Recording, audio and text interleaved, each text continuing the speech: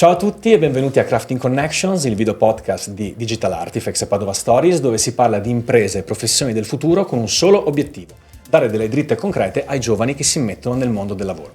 Questa seconda stagione l'abbiamo sviluppata assieme agli amici di Confindustria Veneto Est e all'ITS Digital Academy Mario Volpato, di cui abbiamo in studio oggi i suoi studenti. Ciao ragazzi! Ciao. Grazie!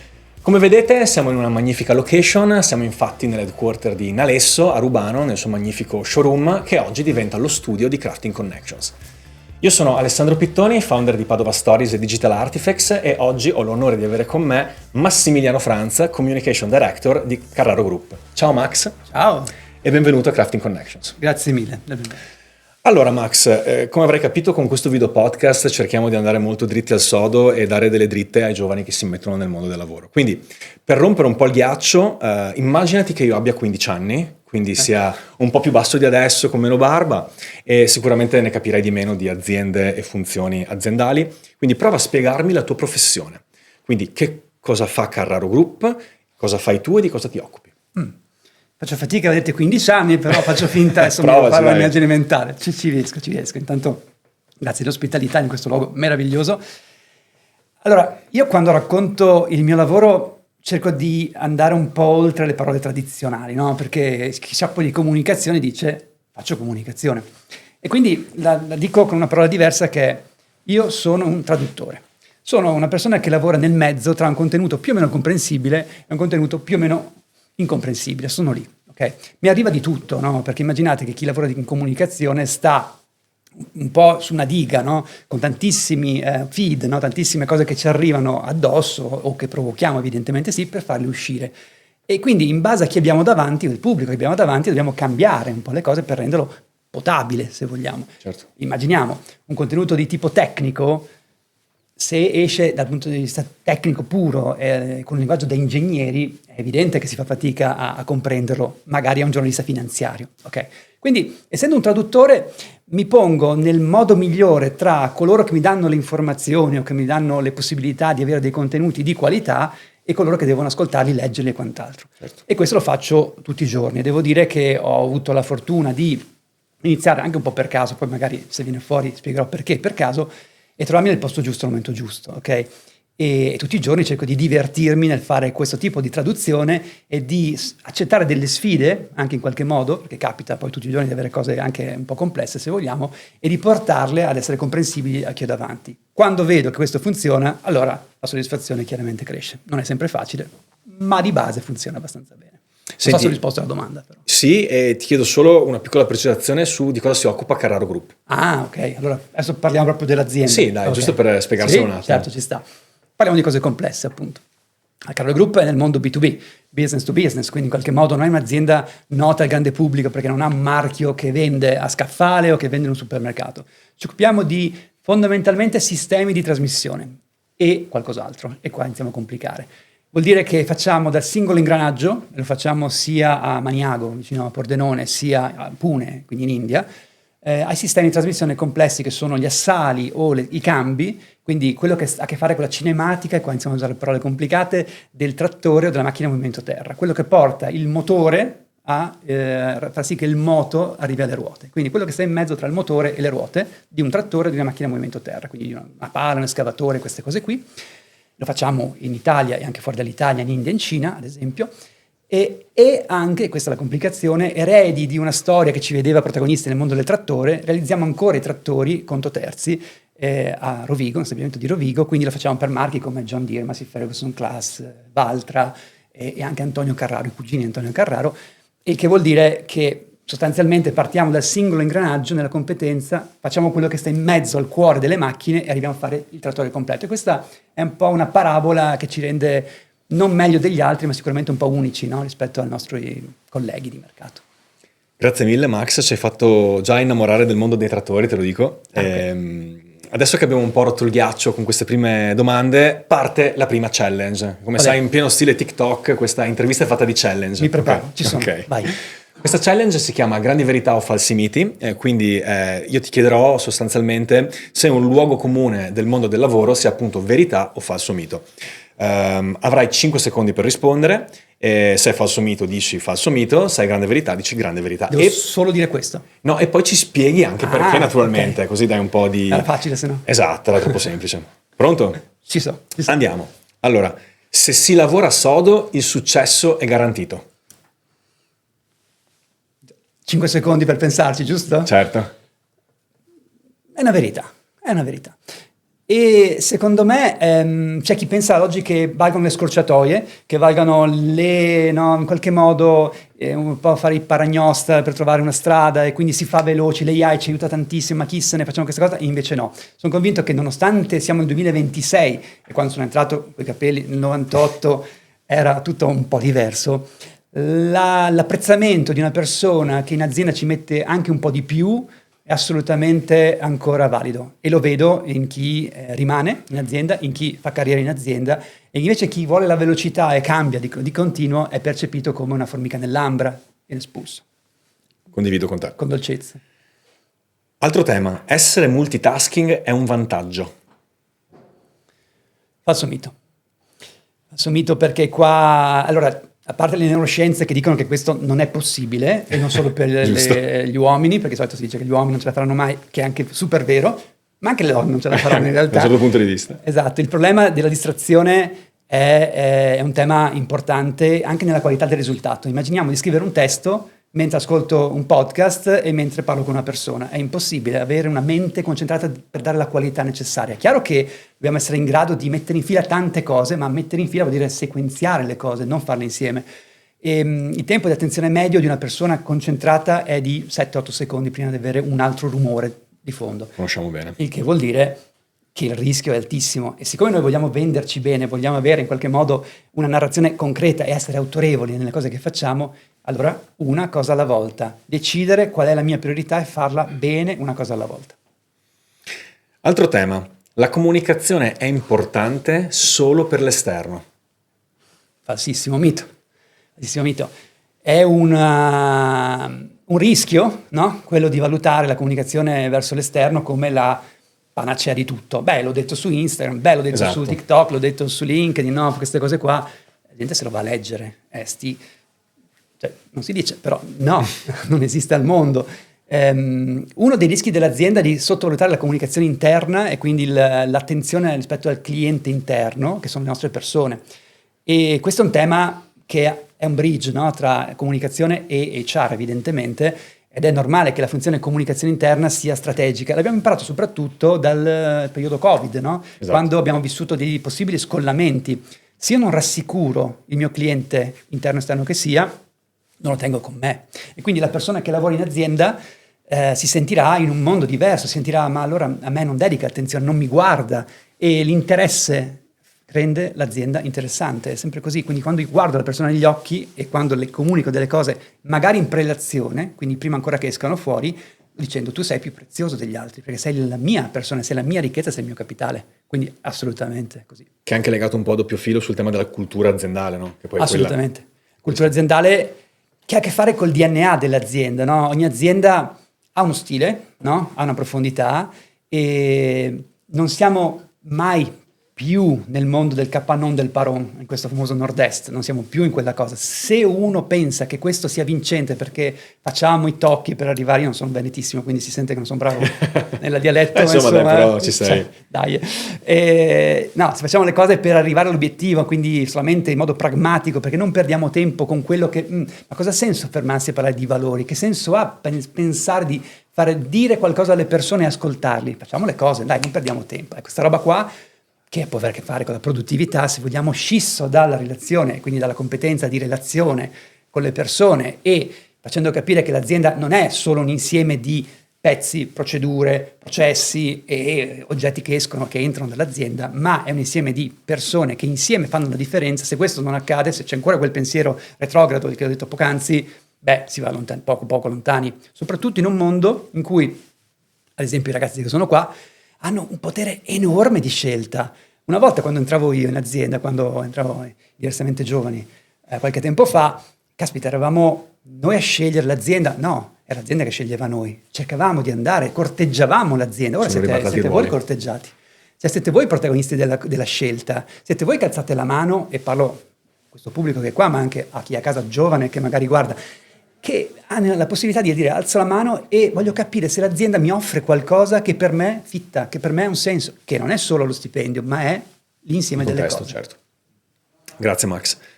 Nella comunicazione conta essere più creativi che strategici. Falso mito. Secondo me in realtà è un mix, adesso faccio la paragnostata, però è un po' così, perché ci vuole tutte e due evidentemente, la creatività è la base della sopravvivenza dell'azienda. Però, guarda, ne parlavo proprio in questi giorni in azienda sto facendo una sorta di proselitismo, un'operazione di convincimento delle persone per far capire che il ruolo della comunicazione serve non tanto a me, ma anche alle persone stesse, no? E ho proprio scritto in una delle slide che ho condiviso che il ruolo della comunicazione deve diventare sempre più strategico. Ne parlava Salvatore Rico in un libro che ha pubblicato di recente, lui è il capo comunicazione di Amplifon, proprio di questo tema. Se la comunicazione non diventa un ruolo strategico in azienda, non può permettersi di essere creativa. Perché questo viene quasi dopo, viene di default, è parte integrante del mio lavoro. Se divento noioso e il disco è quello, non sono distintivo, Sandir non è comprensibile a nessuno, sempre uguale, inutile, no? Quindi quello sicuramente, purtroppo, quindi è una risposta un po' doppia, ci vorrà. Certo. Ma l'atteggiamento strategico vuol dire che assumo un valore in azienda tal quale altre funzioni e non arrivo dopo. Perché se non diventa strategica questa funzione e arrivo dopo, arriverò tardi e lavorerò male e dovrò inseguire. Quindi sto cercando, ma non solo io, vedo che c'è un trend condiviso di riposizionarsi un pochino in alto e da lì in poi tutto il resto chiaramente vive. Io sono il primo che proprio di carattere mi annoio tantissimo e se non cambio. Ti stanchi? Sì, devo cambiare, cambio all'interno di me stesso, cambio con le persone, sposto le persone anche in azienda, facciamo cose, ci divertiamo, vediamo gente. Ecco, in questa cosa qua c'è la creatività ovviamente sì, però se la faccio solo per me stesso è solo un brutto gioco, ecco. Ultima, che secondo me è anche quella un po' più tricky, e forse è quella che interessa di più anche i ragazzi qua in sala, è quello che studi è quello che farai per tutta la vita. Falso mito. Nel mondo di lavoro, diciamo, di oggi anche soprattutto. Secondo me, allora, oggi è tutto molto fluido, ok? Quando studiavo io era un pochino più incastonato, io potevo scegliere A o B o C, semplice, e poi dopo, se volevo aggiungere, ho fatto un liceo, poi ho fatto lettere, una facoltà forte che dà garanzie per il futuro. Esattamente quella giusta, no? Sì, volevo lavorare. Certo. E poi ho fatto dell'altro per arrivare a entrare in azienda, quindi dopo la laurea. Ecco, questo quindi percorso... formazione umanistica la tua? Sì. Liceo classico, ho fatto un approfondimento in comunicazione al QO di Vicenza, qui, e poi sono entrato in stage in Carraro nel 98, quando appunto eri tutto un po' in bianco e nero, no? All'epoca. Ok. Però tieni conto che, per dire cosa buffa, quando facevo il liceo io volevo fare la guardia forestale, quindi volevo fare scienze naturali, così, fino alla maturità, convinto. Dopodiché in un giorno ho parlato con un professore e mi ha detto: amico mio, tu non vai ad accarezzare gli scoiattoli sugli alberi, no, tu non guardi l'orizzonte col cannocchiale, no, prima ti stai 7 anni in laboratorio, studi le provette. Allora, no, forse non è quello che volevo mi hanno respinto, no? Allora ho capito che c'era un po' l'anima mia, era quella roba là. Io ho avuto fortuna, devo dire, perché ho trovato l'anima un po' per caso, ma forse non è per caso, cioè ascoltandosi, no, tra virgolette, questa cosa qua. Quindi questo era il mondo tradizionale e è stato il mio filotto, per cui sono arrivato a fare la cosa che mi piace, diventare il traduttore di cui prima, no? Nel mondo loro, che è un mondo che mescola già il liceo, le scuole secondarie, gli IT, insomma tutti i mondi, diciamo, di primo livello di istruzione solida sono mescolati. C'è questa cosa senza questa materia, c'è una materia in più, c'è un po' di economia, c'è un po', e questo già ricchezza, no? Però secondo me un pelino di casino glielo fa, nel senso, perché c'è troppa roba. Tanti stimoli. Tantissimi stimoli, e dico, ma come cavolo si fa a scegliere? Già noi eravamo generici, però più o meno ti facevi una base. Qua si fanno 400 basi e dopo, se vuoi fare qualcos'altro, eventualmente fai un master, fai una cosa, c'è l'insieme tra filosofia e biochimica probabilmente, no? Certo. E questo qua è un gran casino. Quindi io penso che ci sia un'opportunità e un rischio, anche qua. Da un lato l'opportunità è quella sicuramente di avere tantissimi stimoli, appunto, e di dire, guarda, c'è anche quello, posso approfondire, ok? Con il livello loro di approfondimento, che è ben diverso dal nostro, sono molto veloci, vantaggio, rischio anche qua, ma dopo magari lo vediamo. Il rischio della base di questa molteplicità di possibilità, di stimoli e di offerta, no, anche formativa, Beh, è che veramente se voglio consolidare una strada e ho troppi stimoli, faccio fatica a trovare la connessione tra la mia anima, il mio desiderio e quello che, perché potrei innamorarmi di quello in contemporanea, no? E come si fa? È bella storia, è una bella ricetta. Quello che è certo è che forse la ricchezza di questo mondo è che posso essere contemporaneamente un umanista ma uno scienziato. E facciamo un esempio praticissimo, AI. Non so se loro non lo sanno sicuramente, non usano, figurati se usano ChatGPT, loro fanno tutto con i loro test, non esiste. Allora ve lo spiego dopo, LLM, queste cose qua. No? Vedo gli sguardi innamorati. Vabbè, in questo mondo qua uno dice, vabbè, si creano professioni, si distruggono professioni, e chi lo sa? Stiamo vedendo, adesso siamo in attesa, stiamo osservando. Sicuramente si cambiano le professioni, ma qui pensare che vi sia solo una grande opportunità per il super tecnico che lavora dietro le quinte, che fa il developer, è miope. Qua la parte umanistica è fondamentale, scrivere un prompt sensato, e lo vediamo forse tutti i giorni, e loro stessi quando copiano e fanno le cose con grande saggezza e prontezza, non copiate, preparate ispirazione, eccetera, quello è chiaro. Il prompt, se non sai scrivere in italiano e se non sai mettere in ordine i pensieri che nascono qua dentro e qua dentro, non vai da nessuna parte. La differenza è tutta lì. Dopodiché capacità di argomentare, perché io sono convinto che anche il famoso scienziato super figo, bravissimo, che va giù preciso nella parte tecnologica, se non sa portare fuori, e ancora una volta torniamo ai traduttori, non va da nessuna parte. Quindi, vabbè, prodomo mea, insomma, in qualche modo, la parte di capacità umana di arrivare, quale che sia il lavoro, a mio parere, è la base fondamentale. Dopodiché, la skill tecnica e tutto il resto te lo fai nel tempo. La parte umana di argomentare ha a che fare anche con la parte di gestione della relazione. E nel mondo d'azienda, tornando alla formica nell'ambra di cui parlavo all'inizio, se non sai gestire la relazione e sei un manager bravissimo, sei fuori dal mercato. Sei fuori, infatti. Ti ho fatto casino o risposta? No, penso che loro abbiano avuto veramente una visione a 360 gradi, ma grazie Max. 3-6-1 direi. Guarda, mi sento di dire che hai superato la challenge, se non ci sono obiezioni andiamo avanti. La giuria? Sì, dai, possiamo andare avanti, perfetto. Okay. Senti, io adesso vorrei andare dritto su un progetto che ti ho già sentito raccontare, che secondo me è veramente fighissimo, che è Carraro Cultura, con cui tu di fatto all'interno dell'azienda voi riuscite a collegare impresa, arte, cultura in diverse maniere, ma te lo farei spiegare a te. Certo, grazie per la domanda. Certo, immaginavo. No, ne sono molto orgoglioso, tu l'hai sentito in altre sedi. Questo progetto nasce tornando un attimo indietro, dal DNA di questa azienda. Ogni azienda come questa, in cui siamo oggi, ha una ricchezza pazzesca, ok? L'abilità dell'imprenditore è quella di poterla raccontare, ok? Quindi diceva Calabrò in un articolo, da saper fare al far sapere, no? Che è un cambio di parole ma è determinante. Far sapere cosa? Non far sapere che siamo i leader di mercato. Ci mancherebbe che vengo da te e dico, guarda, sono un follower, costa un casino, mi compri? Ma di che? Chiunque leader, questo è ovvio, no? Il significativo è qualcos'altro. Ognuno ha la propria anima, il proprio significativo, no? Ed è la logica. Carraro da sempre ha avuto due binari nella comunicazione, uno chiaramente tecnico, non si può prescindere da quello tecnico, quindi si va a una fiera, si raccontano le cose con un fotorealistico, un 3D rendering, video, bla bla bla, VR, tantissime cose.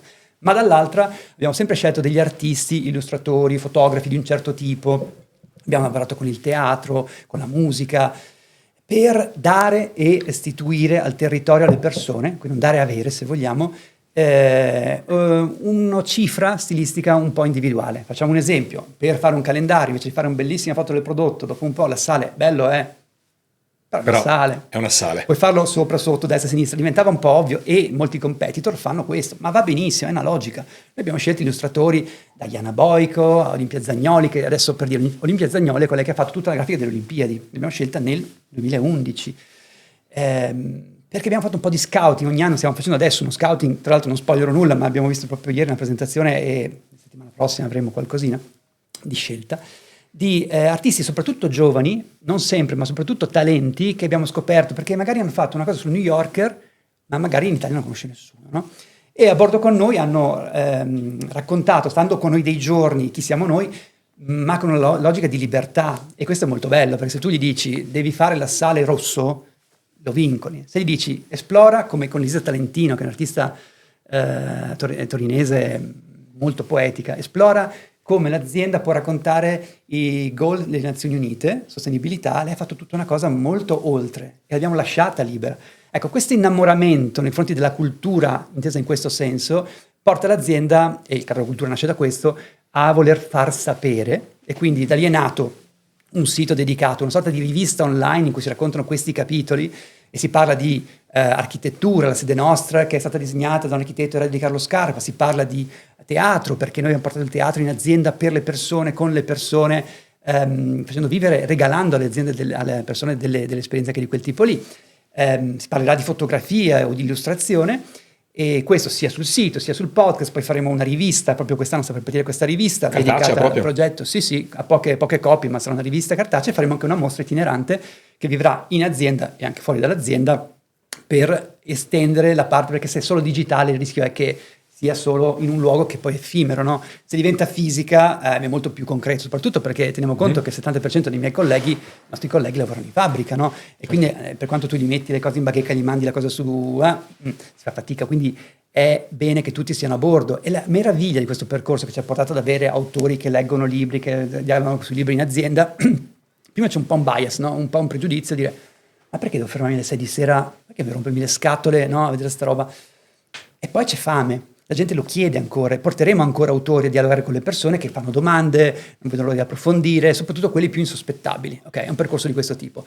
E è parte di una volontà precisa dell'azienda di regalare, come dicevo prima, non solo all'interno ma anche all'esterno dei territori, e forse in questo distinguersi, perché probabilmente anche loro, cioè le nuove persone che arrivano in azienda e cercano, come dicevo prima, cose diverse da quelle che erano prevedibili, questa cosa qua possono apprezzarla. E quello che vedo da noi, e soprattutto i giovani sono presenti e sono gli spiriti critici più interessanti, che alzano la mano, che rompono le scatole, che va benissimo e che cercano di smuovere delle cose.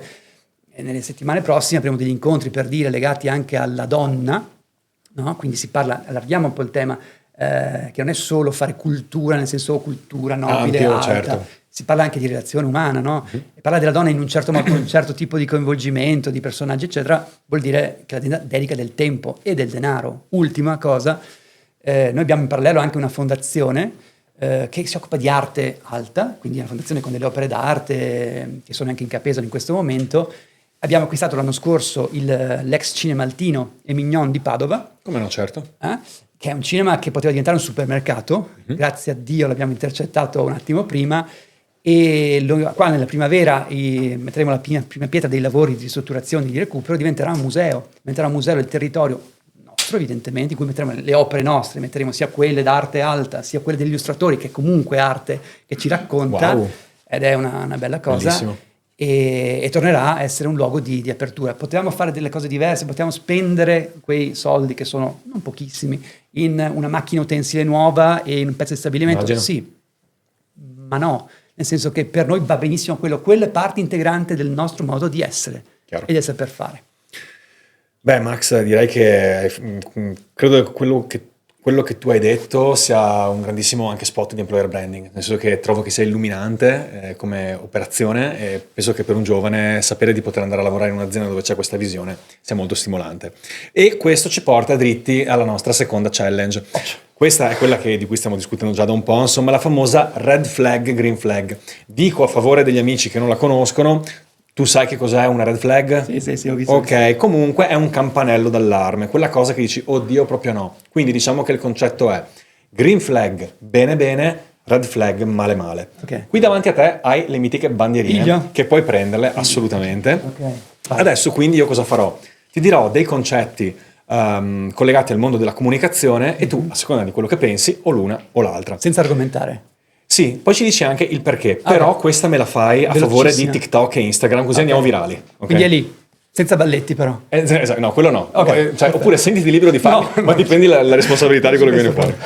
Allora, la comunicazione interna è importante quanto quella esterna. Assolutamente sì. Green. La green Perché? Sì. Beh, l'ho detto ancora prima, se noi ci dimentichiamo di quella interna o le diamo un peso diverso, le persone che sono in azienda dicono vabbè, mi consideri meno. La comunicazione può risolvere qualsiasi problema all'interno dell'azienda. Io sono super favorevole, nel senso che sembra strano, sembra un po' anche forse arrogante pensare che sia così, ma spessissimo lo vediamo in azienda, perdiamo tanto tempo non nel cosa, ma nel come. E quindi se io parlo con una persona davanti a un casino casino si può dire, no? Certo. È stato bravissimo per adesso come parlare. Infatti. Davanti a una situazione molto complicata e non uso la comunicazione come leva, veramente vado poco lontano. Poi è evidente che ci sono cose strutturali che, cioè, se c'è un problema di flusso di credito con le banche, non risolve la comunicazione e basta. Però ci si incarta molto spesso nella modalità relazionale, botti di email incastonate tra gente che entra in paranoia perché l'hai messa seconda nel mittente. Quindi, secondo me sì. Perfetto. La comunicazione non è coordinata con gli altri settori dell'azienda. Questo vuol dire se è vero o se non è vero? Esatto. È vero. Quindi io sto andando sempre sul verde, in questo caso però è una cosa negativa. Perché secondo me, quello che dicevo prima, ed è la volontà verso cui stiamo andando, qualche volta arriviamo un attimo dopo. La comunicazione qualche volta è percepita come un qualcosa che abbellisce, che aggiunge. Ah sì, porca miseria, c'è da fare un comunicato stampa, te lo dico un minuto prima, ok? Per vari motivi, e questo è un rischio. Ora, secondo me migliorerà, però ad oggi è un po' situazione un po' così, secondo me. Ok. La comunicazione scambia la visibilità aziendale con la reputazione. No. Oh, abbiamo una red, Una vai, prima red. una prima red. No. Secondo me è tutto la consapevolezza che la reputazione vince su tutto. Cioè la visibilità, sì, è la versione leggera, no? È uno degli elementi, sicuramente uno punta a quello, ma quella è sterile fino a se stessa, è come se siamo bravissimi, ok, and so what? No, assolutamente. Reputazione è la parola verso cui cerchiamo sempre, almeno penso di sì, vari comunicatori, di spostare un po' l'asticella, perché fa la differenza. Se io punto bene sulla reputazione, mi porto a casa le persone, che siano dentro, che siano fuori, e soprattutto garantisco una coerenza. Se punto la visibilità fine a se stessa, vabbè, via Dio, volo altissimo, me la canto, me la rido e so anche un po' sui maroni alla gente. Giusto. E concludiamo con una che è collegata a doppio filo. La comunicazione si deve adattare a ogni trend virale sui social. Secondo me no. Red. Rompo un po' le scatole.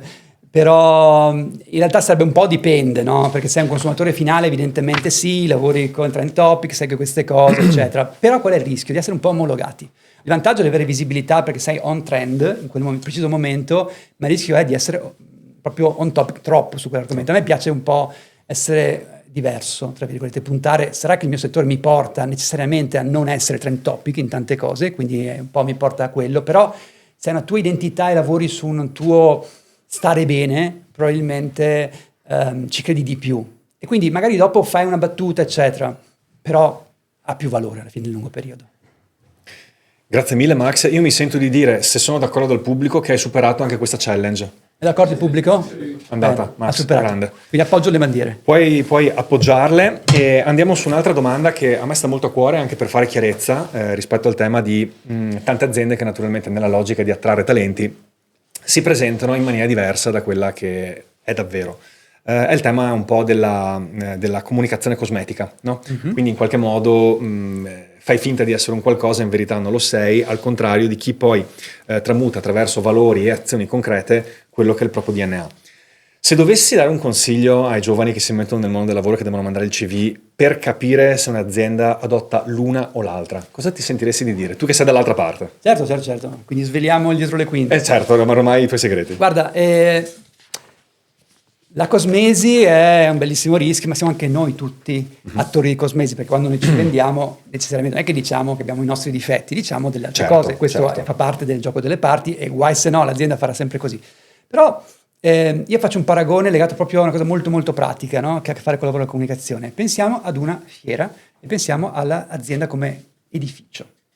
In una fiera io faccio pura cosmesi, metto i prodotti bellissimi, le luci perfette, le musiche, faccio show, giusto? Faccio il catering, fighissimo. Quindi voi venite in fiera ad Hannover, oppure guarda, qua siamo a Las Vegas tra 2 settimane, una settimana, e figo, vai in azienda, vai a un open day, entra nell'ingranaggio dell'azienda davvero, ingranaggio è la parola che ovviamente ha a che fare con il mio, e lì scopri tutto, lì vedi la polvere sotto il tappeto, per quanto si mette in bella, quella è la vera natura dell'azienda, gli open day, gli open factory, queste cose qua sono momenti molto importanti, perché la chiacchierata con il selezionatore, sì, ti fa capire fino a non capire, no? Poi aggiungo un piccolo tassello su quello, ma prima ancora, se vai in azienda ti rendi conto tu da solo, guardi nell'angolino lì a sinistra, non vedi solo il corridoio centrale e ti accorgi subito di due cose, uno l'ambiente, due le persone o viceversa. Quindi vedi le situazioni ambientali, molto banalmente, ma vedi gli occhi delle persone. Quando hai una persona dell'azienda che ti racconta l'azienda con gli occhi che sbrilluccicano, dici, non sta facendo pubblicità, questo ci crede. E quando ne vedi più di uno, che non è il selezionatore, ma ne vedi più di uno, beh, hai delle consistenze, delle conferme, no?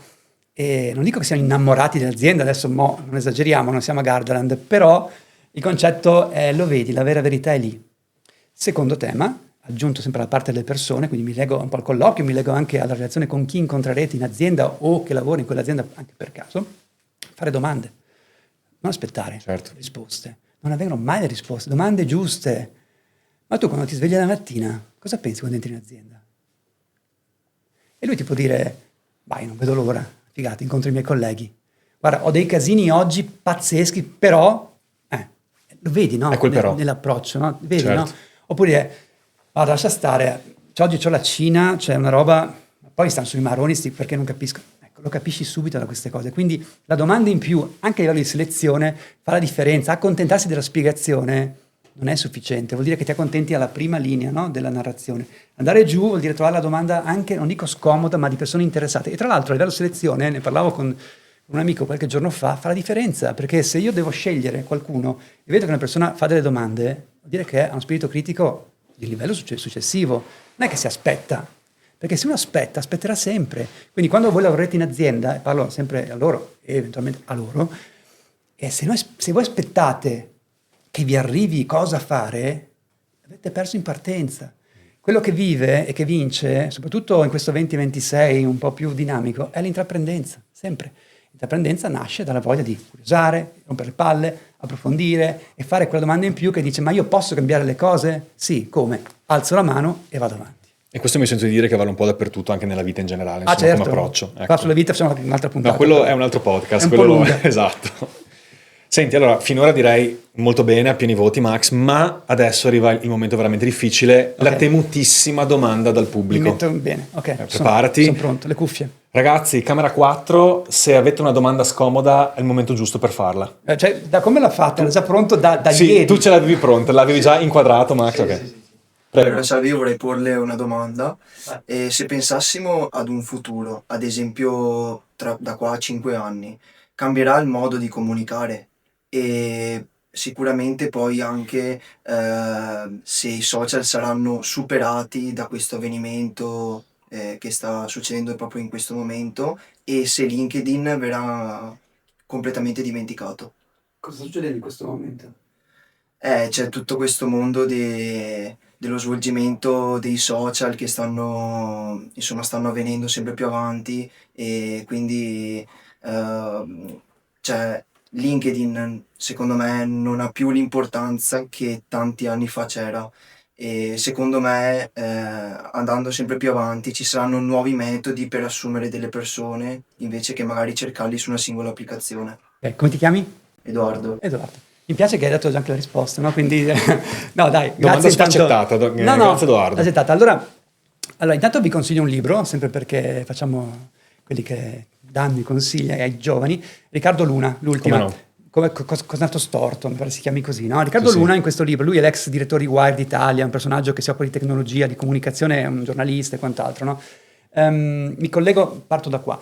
In quel libro evidenzia l'evoluzione, no? Distorta proprio dei social, cioè cosa sta diventando, no? La parola chiave del social in questo momento da un po' di anni è la malattia, no? Il virus social è l'engagement, fine a se stesso.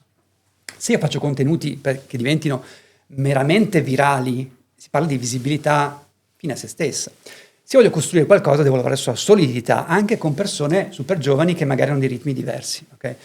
E questo è il vizio dei social, che stanno andando in transizione, cioè alcuni stanno scomparendo, Facebook è diventato quello dei nonni più o meno, cioè si è molto rallentato, voi non ci vivete sicuramente, Instagram è la nuova spawn in cui siete ancora appoggiati per un po', però stanno arrivando i vecchi, quindi anche lì andate via, perché giustamente quando arriva un vecchio vi spostate, ci sta, TikTok è un'altra cosa ancora. Quindi in tutto questo, adesso arrivo chiaramente anche a LinkedIn, c'è un'evoluzione? Sicuramente sì, e faccio fatica a capire quale sarà il nuovo mondo, il nuovo ruolo di questi social. Sicuramente c'è una sorta di deriva, ok? Un peggioramento della qualità dei luoghi digitali, a mio parere, ok? E lo si vede anche nel fatto che lì tutti noi abbiamo la possibilità di essere dietro una maschera, ad esempio, e di creare casini immondi senza subirne poi le conseguenze, no? Quindi di interagire e provocatoriamente reagire agli stimoli o provocare degli stimoli per poi puntare al famoso engagement, non al contenuto. Cioè non è in questo momento il cosa, ma diventa il come, la matrice di risoluzione. Ad oggi, quindi posso dire in questo momento, LinkedIn è e rimane il luogo di narrazione, di recruiting, sicuramente sì, ed è forte. Tu sei un abile comunicatore, là tra l'altro, aggiungo. Io comunico parecchio, sì. Infatti. Ho un po' di persone collegate, sì, e ci ho lavorato tanto, perché qual è il vantaggio di LinkedIn in questo momento? È che quello è un CV dinamico, cioè non è un CV che rimane lì su un bel PDF messo in ordine perfetto, perfettibile, ma comunque fatto bene e rimane lì. No, io lì comunico un livello superiore di narrazione. Quindi chi fa comunicazione in particolare non può limitarsi a mettere una pagina statica fatta super bene su LinkedIn, ma deve lavorare sulle relazioni, lavorare sulla vita, quindi commentare, fare un post, pensare bene come fare un post, adesso ho anche un po' rallentato, ne ho in mente alcuni, ma strutturare una propria pianificazione editoriale, certo, una PED, è un PED piano a tutti gli editoriale, effetti. è un PED a tutti gli effetti, ok? Lavora sulla mia azienda, che sono io. Questo ad oggi e per il medio periodo, secondo me, rimane e rimarrà. L'unico rischio di LinkedIn è che copi, e se fa questo si schianta, copi la logica dell'engagement, come ha fatto Instagram copiando un po' da TikTok o Facebook un po' i reel, no? Questo nutrimento che poi è dopamina, no? Che tra l'altro adesso è stato anche accusato di essere veramente droga. È un fatto, io ci ho provato perché sono curioso, dopo aver letto Luna, sono tornato su TikTok, io c'ero già su TikTok e l'ho disinstallata perché io, che sono una persona che ha un po' di anticorpi, a un certo punto tornavo lì a rivedermi delle robe come un pirla. Poi ho detto, ma perché ti devi far prendere? Poi mi guardavo chiliati di basket, io amo il basket, o architettura, cioè robe, e poi butta dentro dei contenuti, come sapete bene, distraenti, che ti portano, tu stai guardando quel, ti portano lì perché... E quindi è un loop continuo. Pazzesco, ecco. Questo meccanismo è malato, ok?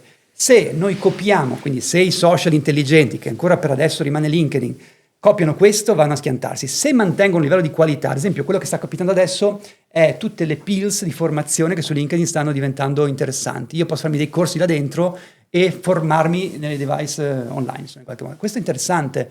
Fare degli eventi, micro eventi, fare delle cose lì, questo è interessante perché è vita seria dell'azienda e seria delle persone. Se la serietà viene confusa con il puro click, il click through, cioè il fatto che porto lì le persone, a quel punto no, non vivrà. Non so prevederlo, onestamente, questa è la risposta vera, nel breve periodo, nel medio periodo, che 5 anni sono veramente lunghissimo il periodo. Posso pensare che nei prossimi 2 anni, perché io parlo con LinkedIn, parlo con le persone di LinkedIn con cui abbiamo una relazione come azienda, c'è un tentativo di capire dalle aziende il vero bisogno, ok?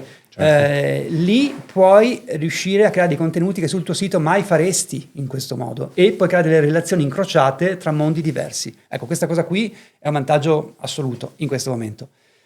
Per 2 anni, diciamo, terra in botta. Poi se scivolano altrove si schiantano e capiterà sicuramente che diventerà qualcos'altro, tipo Glassdoor, che è un social molto meno conosciuto, dove si racconta, è la sorta di TripAdvisor delle aziende. Lo conoscete, Glassdoor?